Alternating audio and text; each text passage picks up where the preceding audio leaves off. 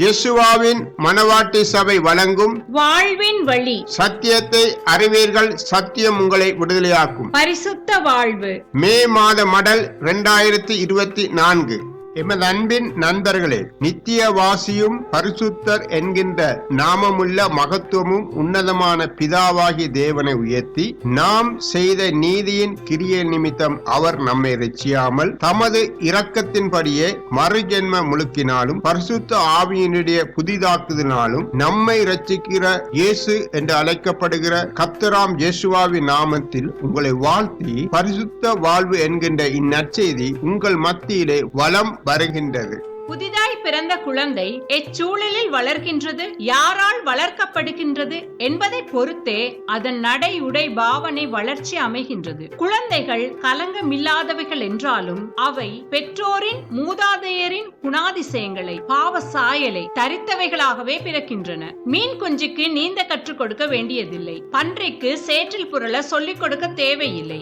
நாம் செயற்கை நுண்ணறிவு பெருகியிருக்கும் யுகத்தில் வாழ்ந்து கொண்டிருப்பதால் வளரும் இளம் தலைமுறையின் பாவத்தில் சீக்கிரம் சிக்கும் அபாயம் உண்டு. வீட்டிலோ சமுதாயத்திலோ கல்வி கூடங்களிலோ மற்றவர்களை பார்த்தே இலவசமாய் தகாத வழிகளை பிடித்துக் கொள்ள வழிகளும் உண்டு. இன்று சமுதாயம் சீர்குலைந்திருப்பதால் நாம் பரிசுத்த வாழ்வு வாழ வேண்டும் என்று கற்றுக் கொடுப்பதும் அருகி வருகிறது. கல்வி கற்று பட்டம் பெற்று உயர் பதவி வகித்து பணம் சம்பாதித்து சொத்து சேர்த்து விரும்பிய வாழ்க்கையை அமைத்து சந்ததிகளை கண்டு இப்படி வாழையடி வாழையாக வாழ்ந்தாலும் அவ்வாழ்வில் உண்மை பரிசுத்தம் இருப்பதில்லை. ரோமர் 14:17 தேவனுடைய ராஜ்யம் புசிப்பும் குடிப்பும் அல்ல, அது நீதியும் சமாதானமும் பரிசுத்த ஆவியினால் உண்டாகும் சந்தோஷமுமாய் இருக்கிறது. ஒவ்வொரு பருவத்திலும் பாவ சோதனைகள் மனிதனை ஈர்க்கின்றன. தூய வாழ்வு ஒரு எட்டாக்கனி. ஆழ்கிணற்றில் விழுந்த தவளைகள் மேலே வருவதற்கு முயற்சிக்கும் போது ஒன்றையொன்று இழுத்து முன்னேறாதபடி வீழ்த்துவது போல பாவமற்ற தூய வாழ்வு வாழ்வது இப்பூமியில் உண்மையிலே கடினம் என்று நினைக்கிறீர்களா? பாவம் என்றால் என்ன? இப்படித்தான் வாழ வேண்டும் என்று பரிசுத்த வேதாகமத்தில் சொல்லியிருக்கும் கர்த்தரின் கட்டளைகளை, வார்த்தைகளை, வழிமுறைகளை, ஆலோசனைகளை அசட்டை செய்தல் அல்லது கடைபிடிக்காமல் மீறுதல். 1 பேதுரு 1:16 நான் பரிசுத்தர் ஆகையால் நீங்களும் பரிசுத்தமாய் இருப்பீர்களாக என்று பரிசுத்த வேதாகமத்தில் பல தடவைகள் எழுதப்பட்டிருக்கிற கர்த்தரின் ஆணைக்கு நாம் கவனமாய் செவிமடுக்க வேண்டும்.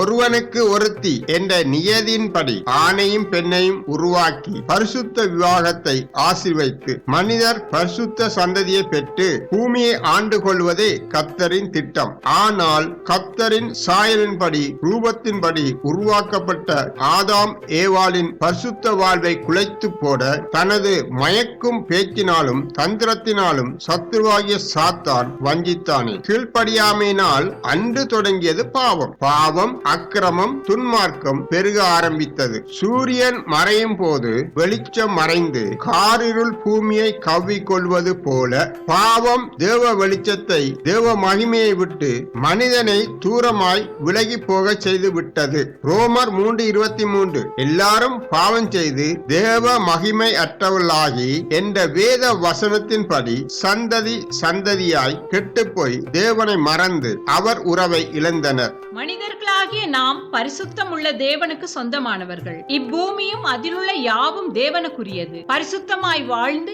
நம் ஆண்டவரை சந்திக்க தயாராக இருக்க வேண்டும். அது சாத்தியமா என்று கேட்பீர்களானால் ஆம், கெட்டுப்போன உலக மக்களுக்கு மீண்டும் ஒரு வாய்ப்பு கொடுக்கப்படுகிறது. ரோமர் 3:24-26 வரை இலவசமாய் அவருடைய கிருபையினாலே கிறிஸ்து இயேசுவில் உள்ள மீட்பை கொண்டு நீதிமான்களாக்கப்படுகிறார்கள். தேவன் பொறுமையாயிருந்த முற்காலத்தில் நடந்த பாவங்களை தாம் பொறுத்து கொண்டதை குறித்து தம்முடைய நீதியை காண்பிக்கும் பொருட்டாகவும் தாம் நீதியுள்ளவரும் இயேசுவினிடத்தில் விசுவாசமாய் இருக்கிறவனை நீதிமானாக்குறவருமாய் விளங்கும்படி இக்காலத்திலே தமது நீதியை காண்பிக்கும் பொருட்டாகவும் கிறிஸ்து இயேசுனுடைய இரத்தத்தை பற்றும் விசுவாசத்தினாலே பலிக்கும் கிருபாதார பலியாக அவரையே ஏற்படுத்தினார் என்று பரிசுத்த வேதம் சொல்லுகிறதை உற்று கவனித்தால் நமக்கு கிடைத்திருக்கும் ஒரே ஒரு வாய்ப்பு விளங்கும். பாவ சாயலை தரிக்காத பரிசுத்த வித்தாகிய ஆண்டவராம் யெஷுவா இயேசு மனுவுருவாகி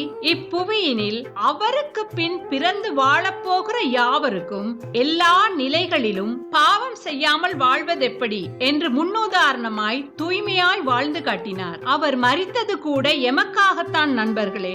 எபிரேயர் 13:12. அந்தபடியே இயேசுவும் தம்முடைய சொந்த இரத்தத்தினாலே ஜனத்தை பரிசுத்தம் செய்யும்படியாக நகர வாசலுக்கு புறம்பே பாடுபட்டார். இதை வாசிக்கும் எங்களுக்கு அன்பானவர்களே, ஆண்டவராகிய இயேசு கிறிஸ்து மரித்தோரிலிருந்து உயிர்த்தெழும்பிய பின்பு வருகின்ற 50வது நாள் பெந்தெகோஸ்தே பண்டிகை என்று அழைக்கப்படுகிறது. தேவன் கிறிஸ்துக்கு முன் 800 தீர்க்கதரிசியான ஜோவேல் மூலம் தீர்க்கதரிசனமாக உரைத்தபடியே ஆண்டவர் யெஷுவா இயேசு அவரை பின்பற்றியவர்களோடு தொடர்ந்தும் 40 நாட்கள் சஞ்சரித்து விண்ணகம் சென்ற 10ஆம் நாள் மாம்சமான யாவர் மேலும் தமது பரிசுத்த ஆவியை ஊட்டுவேன் என்று கூறியபடியே அங்கே கூடியிருந்தவர்கள் மேல் தமது பரிசுத்த ஆவியை அருளினார். 1 பேதுரு 1:15. உங்களை அழைத்தவர் பரிசுத்தராய் இருக்கிறது போல நீங்களும் உங்கள் நடக்க எல்லாவற்றிலேயும் பரிசுத்தராயிருங்கள் என்று எம்மிடம் கேட்கப்படுகின்றது. அதற்காகவே அவர் தமது இரட்சகராகிய இயேசு கிறிஸ்து மூலமாய் அந்த பரிசுத்த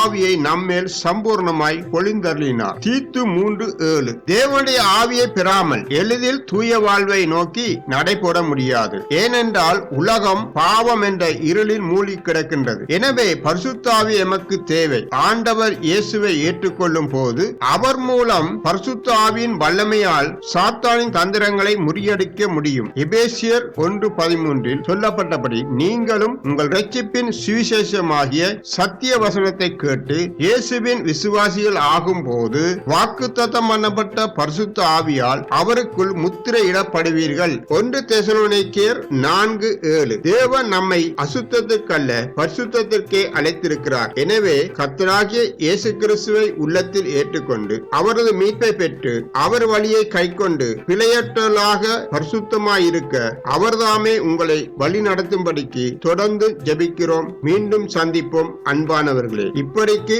அன்புடன் இயேசுவாவின் மனவாட்டி சபை.